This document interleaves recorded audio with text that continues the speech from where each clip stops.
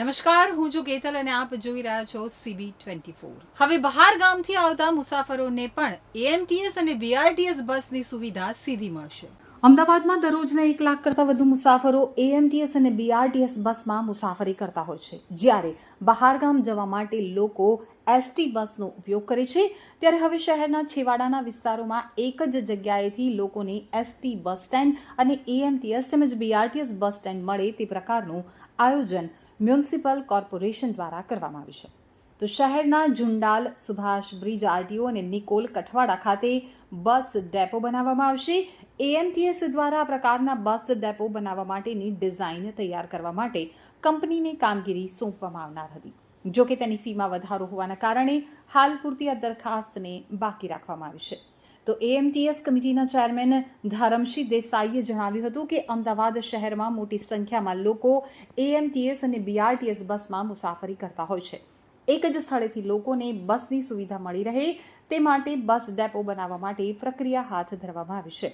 તો બહાર ગામથી અવરજવર કરતા મુસાફરોને શહેરના કોઈ પણ સ્થળે જવું હોય તો AMTS તેમજ BRTS બસ મળી રહે તે માટે મ્યુનિસિપલ કોર્પોરેશનની માલિકીના શહેરના સરદાર પટેલ રિંગ રોડ ઉપર ઝુંડાલ સર્કલ નજીકનો 10,000 ચોરસ metre, Subhash bridge RTO circle પાસે 10,000 ચોરસ મીટર અને નિકોલ કઠવાડા ખાતે 16,342 ચોરસ મીટર જેટલા પ્લોટમાં બસ ડેપો બનાવવામાં આવશે, જે માટેની ડિઝાઇન બનાવવાની દરખાસ્ત મૂકવામાં આવી હતી।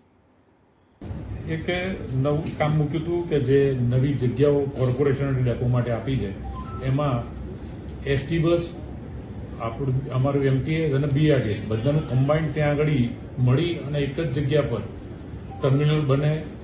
ઉપર હાઈવેથી અંદર ટર્મિનલના અંદરથી આપણે બસનું ટ્રાફિકનો હળવાશ થાય એના માટે થઈ અને એક નવી ડિઝાઇન કે બધા કમ્બાઇન્ડ થઈ અને એક જ જગ્યા પરથી ટ્રાફિકનો આપલે થાય એવો પ્રયત્ન કરવા માટે થઈને એક ડિઝાઇન બનાવી।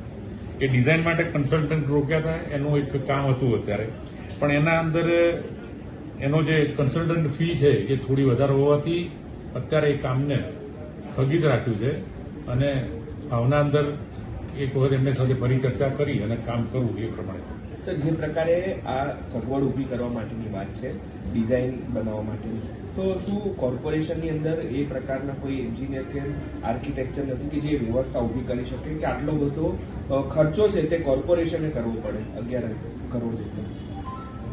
AMTS પાસે એવા જે સિવિલ એન્જિનિયર અથવા તો જે આર્કિટેક્ટ, ડિઝાઇનર એ ટાઈપના વ્યક્તિઓ અમારી પાસે નથી, એટલે અમે આ કામ કોર્પોરેશનને સોંપ્યું હતું અને કોર્પોરેશનને એવો નિર્ણય લીધો હતો કે સારું છે તો કન્સલ્ટન્ટ રાખો, પણ એની ફી વધારે લાગતા અત્યારે હાલે પર MTS પાસે નથી, કોર્પોરેશન પાસે તો છે, એટલે એટલા માટે પરત ગયો। કોર્પોરેશનના અંદર આ નિર્ણય કમિશનરશ્રીએ લીધેલો હતો, પણ ફરીથી કરીશું કામના અંદર, તો એમાં નવું ટેન્ડર કરીશું કાં તો કંઈકનો કંઈક નવો રસ્તો